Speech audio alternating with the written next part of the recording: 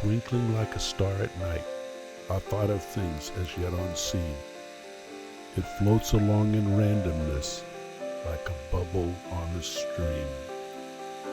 It starts to grow as from a seed, a mist, a thin, translucent screen that fills the corners of the mind, as in the child it builds a dream. They soar above the lakes and fields, nature's wonders in the sky.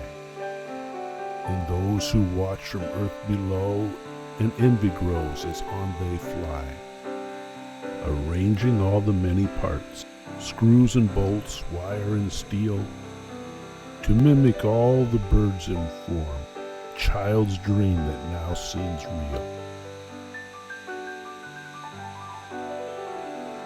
The engine's voice now coughs to life, pushing up the meter's hands. Propellers make the first slow turn. The engine speeds the spinning fans. The pilot's feet release the brake.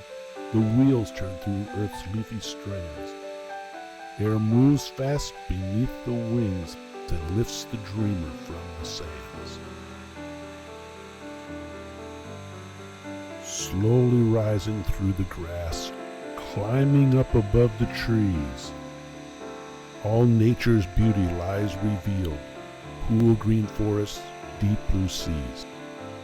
Rivers wind across the fields, snowy mountains rising high, with sweeping turns around the peaks, yet you can't touch and feel the sky. The engine powers the slow descent. Its sputter silence stills the fan. The fuel is too quickly spent. The journey can't forever span. Nature once again stands up. Gravity thrusts out its hand. Wind rising up to stall the flight, the bird lights down upon the land. The flight fades into memory, joining the pictures, binding the past.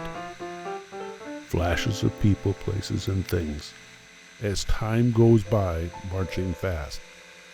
The journey of feelings from all that is seen, some flights of joy, some moments of strife, winding around the heart and soul and weaving the fabric of a life.